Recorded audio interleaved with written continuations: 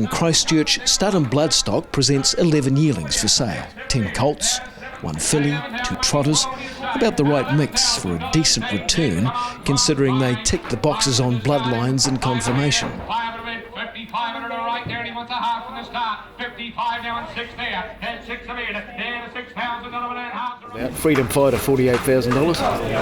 Pleasant surprise. Jakarta 12, I suppose you lost money on that one? Yeah, disappointing. Monarchy Trotter must have balanced the books nicely. No, that was disappointing actually. I think you'd be surprised for me to say that. And 153, $75,000. Was that a shock to the system or not? It was a pleasant surprise. In fact, a big one. Some of those you're making 150% on. Are we? Where are you coming from? How are you rating the sale today in terms of, say, the last 10?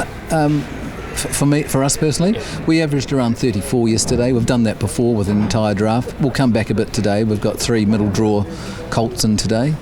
I expect to average somewhere between 15 and 20 for those, but it'll still give us an average exceeding 30. We can run on that. That'll run us for 12 months. That's the game you play. Exactly. It's a high risk game.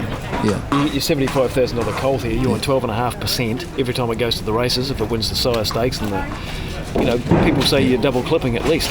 No, we're not double clipping because you got to remember you get your money at sales. Yeah, but if the market was strong, and I can't get why it's not stronger overall, because there's a massive shortage of racehorses in Australasia, and yet it doesn't reflect that when you look at the bottom end of the sale, both north and south, and it's the same here.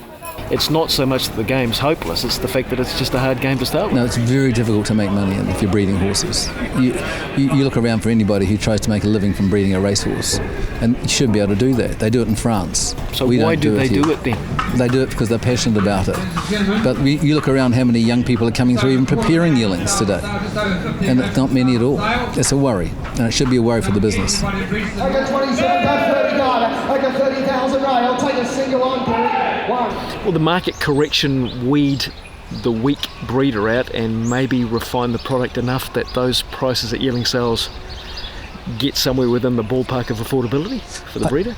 I don't think it's really about that. I think this is about putting a base in place so that breeders can actually survive without having to be a commercial entity. You shouldn't need to be a commercial entity. You should be able to breed horses for a living. I mean, who would expect anybody to put money into a business and buy product that you can't make a profit on? And that's what we need to face up to. This is what we're asking people to do. Risk their own money for what? Little gain. It's not good enough. I got 20,000, thank you, Clinton. I got 20,000 of it. I got $20,000 down, 20,000. Without a breeder, we haven't got a business. And I know there'll be others who'll throw all sorts of arguments about the clubs are more important, owners are more important. Owners are extremely important. In my view, clubs aren't. Owners are, but breeders are essentially important. And when you have breeders like me now finally recognising and finally admitting that it's almost impossible to turn a business like this into a profit venture, then it's time for someone to start thinking very seriously about how we rectify the problem. Do we just need to accept that horse racing and breeding, thoroughbred or standard bred, is just risky recreation? That's what it is. But if you're trying to grow a business, and you're trying to grow a business in the sense that you're trying to bring young people into the business, you're trying to get young people on course to bring them through so they've got an interest in the business, and you get young breeders involved. Well, you've only got to look around the race courses themselves to see what age group are attending races.